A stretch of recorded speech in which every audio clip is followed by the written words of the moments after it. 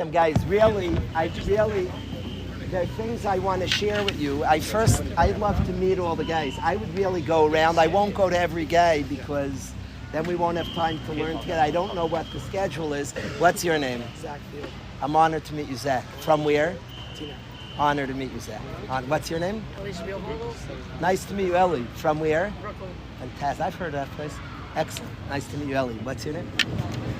Yaakov. So nice. You're from where, Yak?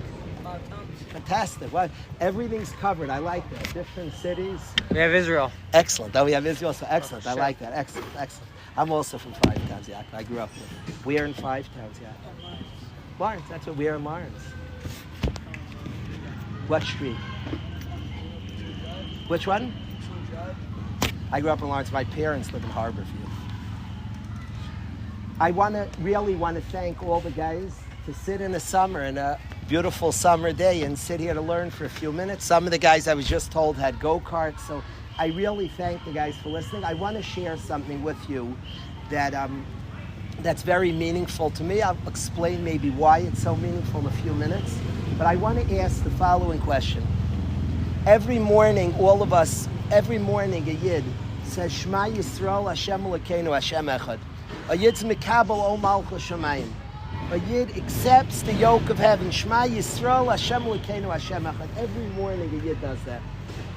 Before we are Mekabel O Malchus Shamayim, we describe the angels doing the same. Every single morning we describe the Srafim, Vaifanim, B'chayos HaKodesh. Holy angels also being Mekabel O Malchus Shamayim. Saying B'kedusha in holiness, in purity, saying Kadosh, Kadosh, Kadosh, Hashem Tzivakos. They announce Hashem as holy. They're Mekabel O Malchus Shamayim. And my question to everybody here is, why do we speak about the angels? We're about to say Shema. Why do we talk about angels saying Shema? I'd like to ask as well, Shabbos Kodesh, we will sing together, Chevra, but we need first to sing without knowing each other well as a forced chill. I want it to be real. Chevra, we say every Shabbos, we start Shabbos, and we say Shalom Aleichem, we greet the angels. What are we greeting angels? Is it a problem if a guy says, I don't believe in angels? What's this angels? Yiddishkeit as human beings and God. What's this world of angels? Every morning, before we say Shema, we describe the angels accepting Hashem. Shabbos, I say, hey, Shalom Aleichem, nice to meet you, angels. You're having Shabbos Kodesh. What do the angels have to do with anything? And it's very early in Shabbos, and this minhag is basically b'chol tfutzos Yisrael. In our entire nation, we do this. We greet the angels. What's the deal with this greeting of the angels? The Rambam wrote a sefer guide for the perplexed, Meir Nevuchim, and the Rambam writes there that the reason in the Kodesh Kodashim there were two angelic figures on top of the Aron. They're called Kruvim. And the purpose of the Kruvim is to express that we believe in angels. What is this world of angels? Why are we busy with angels? What's happening?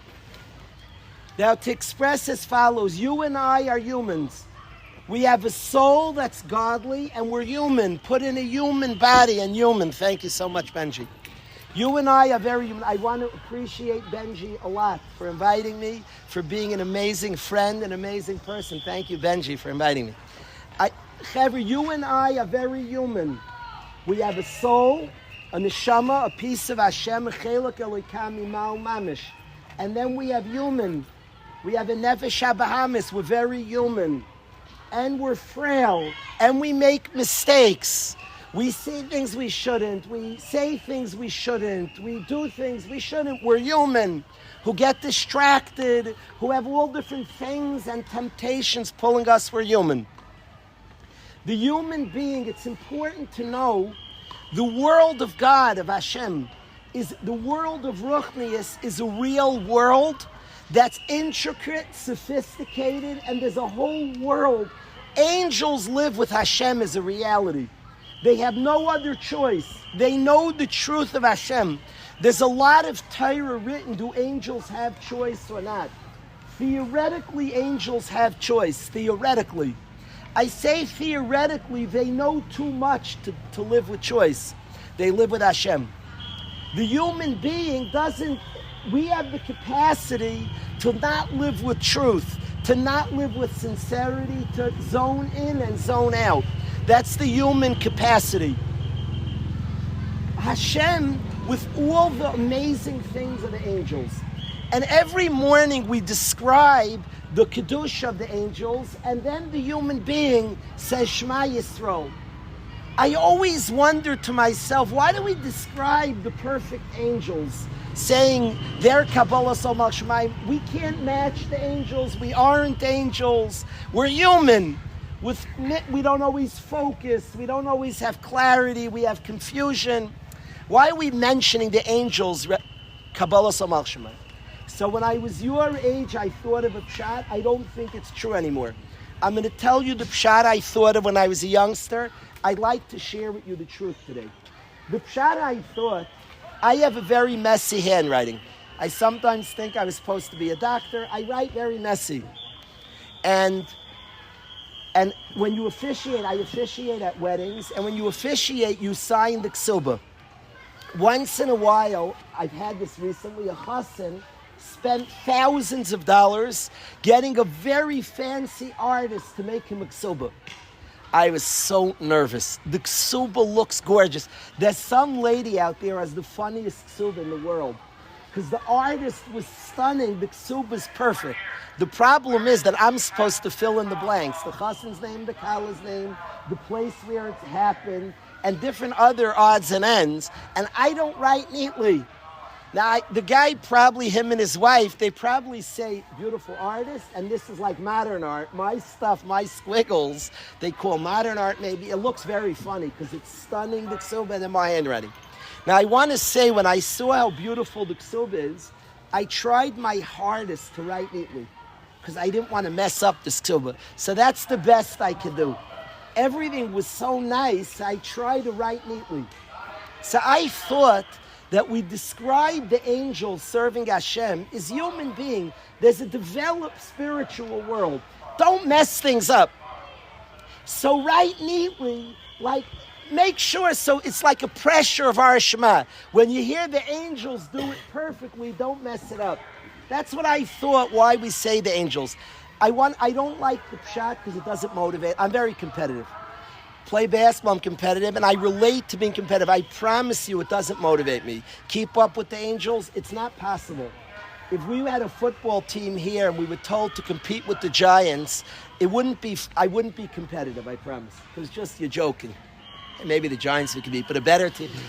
It wouldn't be so, it wouldn't be like, it's not relevant. So, to me, I don't like that pshat. It's not real enough. The angels are so good, it's like the perfect silver, don't mess it up. I don't believe that pshat. It doesn't motivate me. It's not a real pshat, it's pretend. So why do we speak about the angels reciting? Says the Ksava Kabbalah, I only found in later years. The Ksava Kabbalah says the following pshat. You know, when they hire in a concert and you have the main performance, there are always people that are starters. They pay the main guy. Billy Joel gets paid millions of dollars. And beforehand, they have a guy who they don't pay a penny. He's the opener. He actually can even pay for the position, or it just comes for free, because it helps him with his name. He's the opener. He's a weaker performer, just setting the stage for the main performer. Says the Ksava Kabbalah, the angels are the pretend performance. If you listen to what they're saying, they say, Kadosh, Kadosh, Kadosh Hashem Tzavakas. But you know where the true honor of Hashem is? Meloich Haaretz K'vaydei. The honor of Hashem is on this earth. Meloich Haaretz, our world, where people have confusion. You could have somebody who doesn't know who they are, what their identity is. Our confused world. That's where Kvod Shemayim lives. Meloich Haaretz K'vaydei. Says the Ksava Kabbalah, when we speak about the angels saying Kedusha, we're only getting ready for the real deal. When you listen to what the angels are saying, they're but the openers. They're setting up the real Kedushas, the human being. The angel, and we recite what the angels say to listen to what they're saying. You know where the covet of Hashem is? Us humans who get distracted, who can't sit for very long, who make a lot of mistakes, who forget and lose focus. When we're sincere, one bracha. When we have one time, we're kind to another yid. We keep one Shabbos. That's the Kvod Hashem. That's the honor of Hashem. If I could tell you, my Rebbe passed away 2 months ago. When I heard the news, I was on the floor for hours. I couldn't move. I found out I was upstairs in my room after a long Shabbos. I was told Motzei Shabbos. I fell on the floor and I was there for hours. I couldn't move. There were many, many thoughts. I couldn't believe a world that I wasn't sharing a world with my Rebbe. There were many thoughts. Along the way, I had a thought that I want to be honest with. I love my Rebbe and my Rebbe loved me. And then the thought hit me somewhere along the way of mourning that, Rebbe knows now. I have a beard, I'm going around speaking and doing a golden wow. Human, all my mistakes. Rebbe knows now. I started getting overwhelmed with that thought. Rebbe knows now. That's an overwhelming thought. Human. We're human. Human error.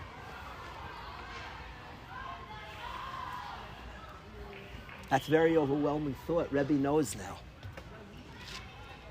Rebbe knows now. Very powerful thought. My Rebbe loves me. My Rebbe encouraged me. My Rebbe was proud of me. Rebbe knows now. It's the world of truth. Rebbe knows. That was a very paralyzing thought. I'm on the floor and I can't move now. Rebbe knows.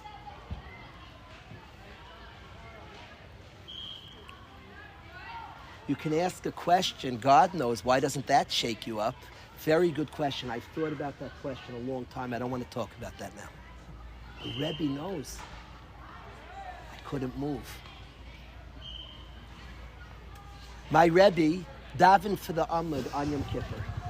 My Rebbe was a very honest person. He couldn't stand the pretend of the Rebbe. He couldn't pretend. He couldn't stand. He was very honest and shared with us his own human frailty all the time, to the point that I wasn't sure how big he was.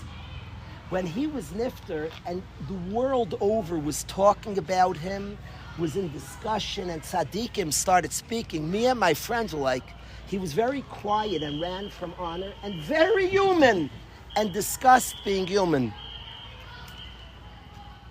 When my Rebbe passed away and I had that paralyzing thought, Rebbe knows, what gave me chizuk and encouragement is my Rebbe taught us, we're all human, error, loss of focus, mistakes, exposure, all of us.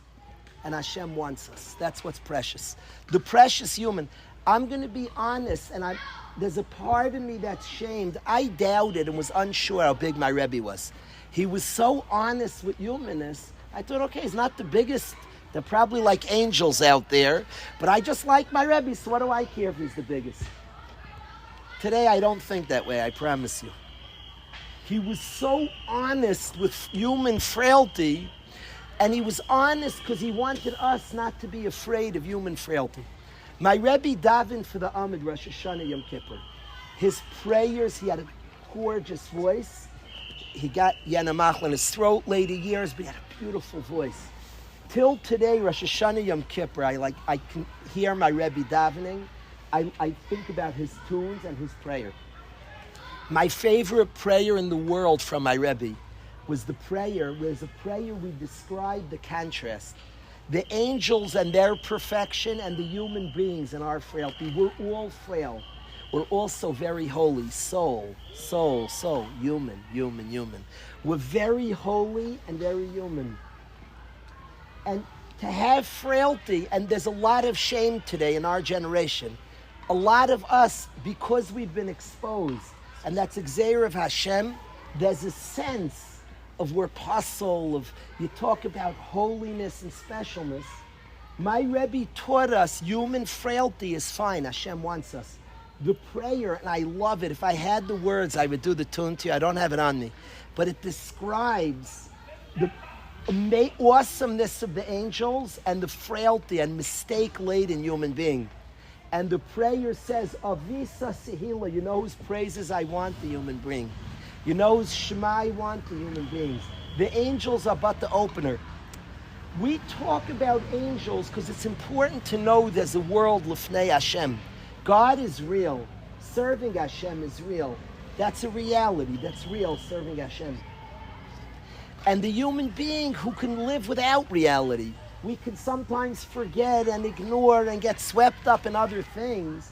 But when we visit reality, when we have a moment of sincerity, a beautiful bracha, a beautiful prayer, a beautiful shema, a beautiful midas on the basketball court, a moment of clarity, of godliness, that's what Hashem wants. That's precious to Hashem.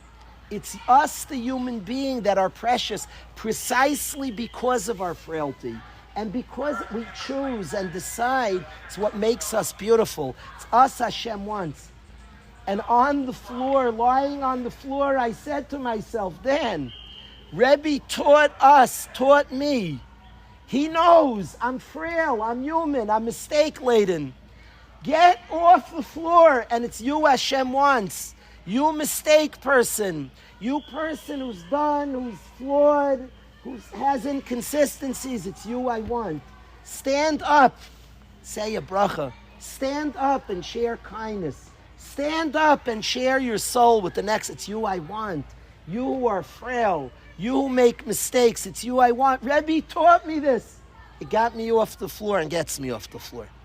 So I want to share that with the chevra here. We're human. All of us are human. It's us human Hashem wants. We're also a soul, a precious soul. Precious. We all have a unique individual light to bring to the world. I want to close with a vert that to me is one of the most important vertim of our generation. I am awed by today's generation, awed. I think previous generations were incredible, but there's a specific mission of this generation that's changing my life. I went to yeshiva, I thought like I'll encourage guys, and they showed me I'm rooted in the world of action. Do, learn, daven, do. Today's generation is very, very connected in inner world. I need to feel it. It needs to mean something. Today's generation asks, who am I? Identity. They're digging. It's a very pneumistic generation. That's not just do it, be a soldier, get to the minyan. Of course we daven, but I need to connect. It needs to mean something to me. It needs to mean something. I'll tell you a story. A bacher who I look up to tremendously, and I'm not saying there are times we have to do it and we don't feel it. But today's generation, I was walking with a bacher I admire and respect to the end of the world. And we were talking, he's brilliant.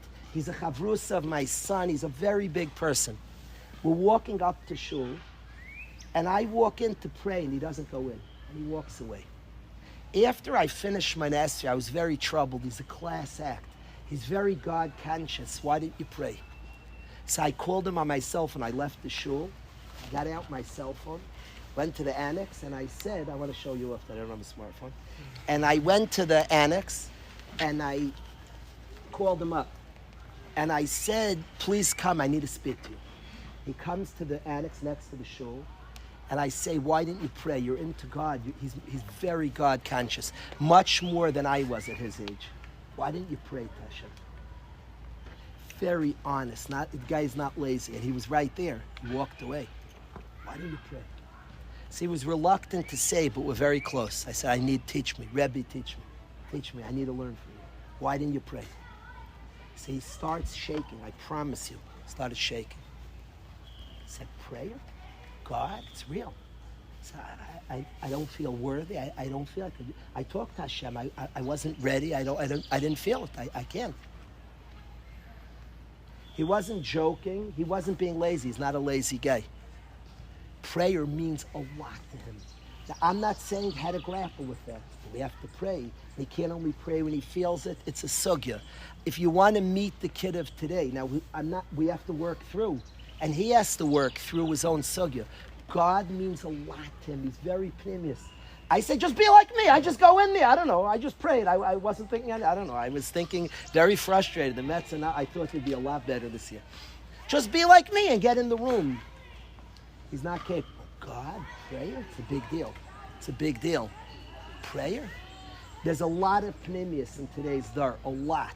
A lot of people connecting in meaningful, deep, and real ways. I'm awed by today's generation. I want to say a vert that I see most in today's generation. Reb Nachman asked the kasha. Yosef HaTzadik has the biggest nisayon of his life. He's tempted by an avera, seduced to do an avera, and he runs outside, believe the God, without any clothing. The Ramban asks, a man is stronger than a lady. You could even say that today. It's true. I don't think you get in trouble for saying that today. Men are stronger than ladies. Why didn't he grab his begadim? The Ramban asks, why didn't he grab his clothing? Listen to what Reb Nachman said. What does beged mean, my friends? What does beged mean? Clothing. What else does beged mean? Cover, clothing. What else does it mean besides clothing? Begida. What's a begida? A bogade. Anybody? Begida. Who just said that? Bless your soul. Thank you. It means treachery, rebellion. A begida's rebellion. I want to explain something. Yaakov, your name? Are these shoes? Yeah. Is this a hand? Yeah. Is this a bench? Yeah. I disagree with Yaakov, 3 for 3. He's a great guy and smart. I disagree. We call this a hand. It's not a hand. There's nothing about this that's an H-A-N-D. It's just called a hand. You can call it whatever you want. It's fun. I like Yaakov to talk to him. It's geschmack. So we make up. We call it a hand. It's not a hand. There's nothing about this that's a hand. You can call it a tree. That's not a tree. We call it. When I say tree, we both picture that. It's not a tree. It's called a tree. This is a yad. Lashon Kodesh is not another way to refer to this. A hand, it's not. We call it a hand and we picture this. It is a yad. It's a yad. It's its essence. Yad is gematria what? 14. How many knuckles in the hand? 14. 3, 6, 9, 12, and 2 here, 14. Hand is made up of 4. Anybody who plays basketball, you hurt any one of these 4, don't hurt your hands, you tape it to the next, then you play. There's one finger that's a different kind of dude, the thumb. Yad is Dalid and the little Yud and the little guy. It's the hand. The hand is a Yud Dalid. If you knew what each ice is, you would call this a Yad. It's not a way to refer. A dad, what do you know about somebody if he's a dad? You know, he has a kid.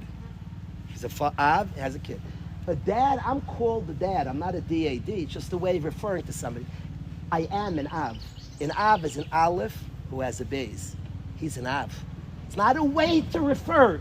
Lashon Kodesh is the Shem or Etzem. That's why if you read the Megillah in English, are you Yaitse? Yes. If you don't know English, are you Yaitse? No, because you said gibberish. If you read it in Lashon Kodesh, are you Yaitse? Yes. If you don't understand, yes.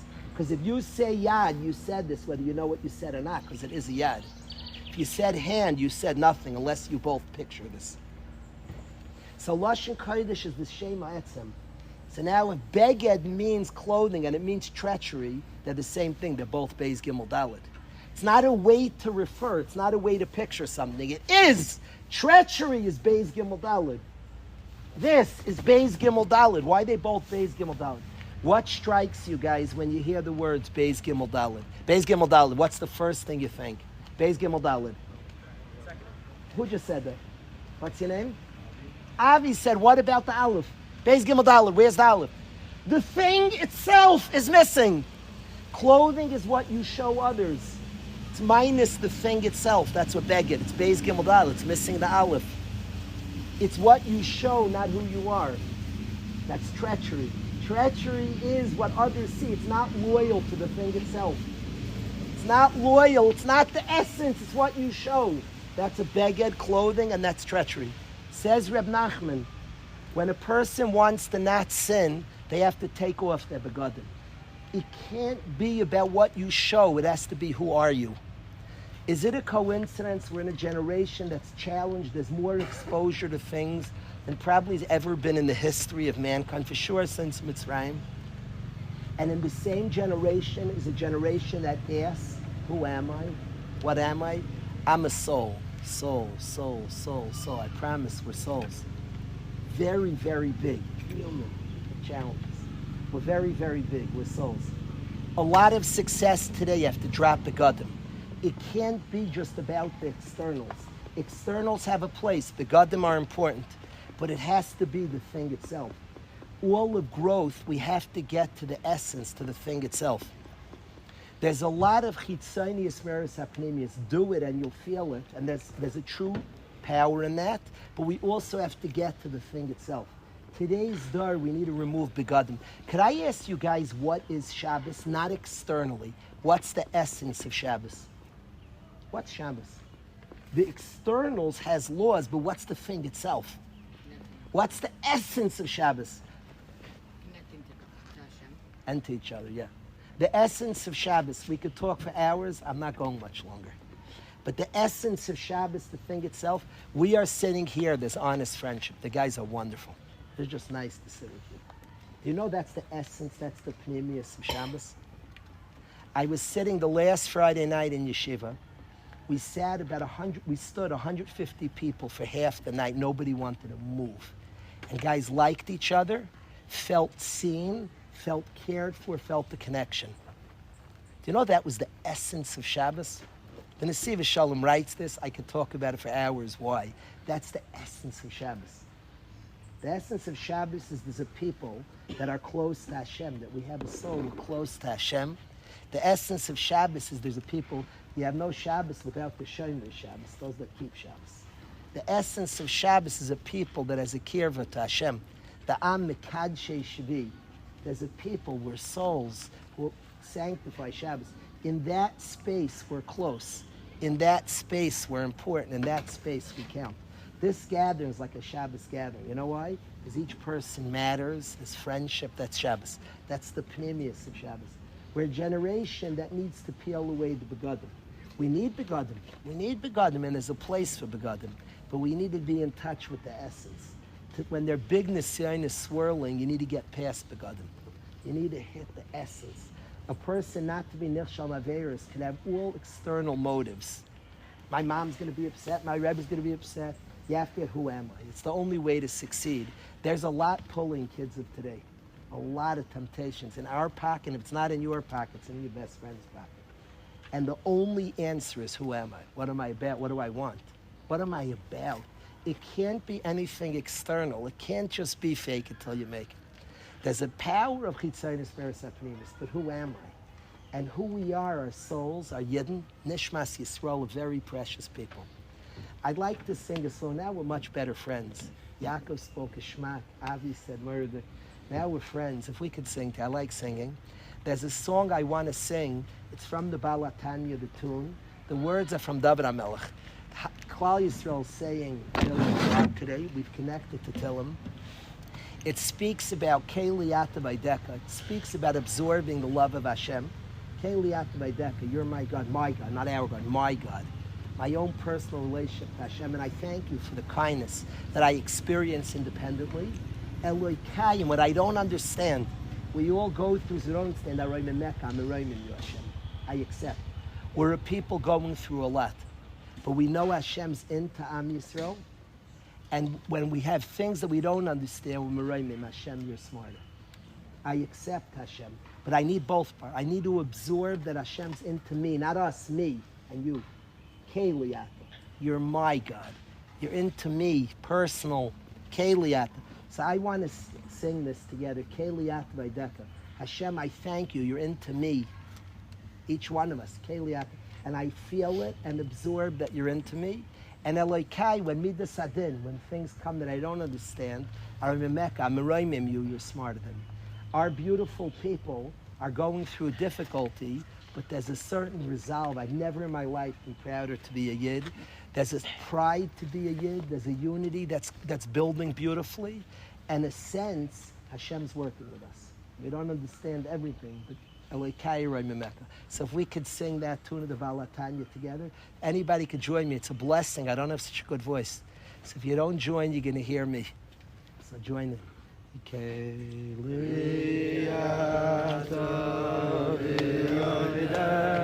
Oh, yeah.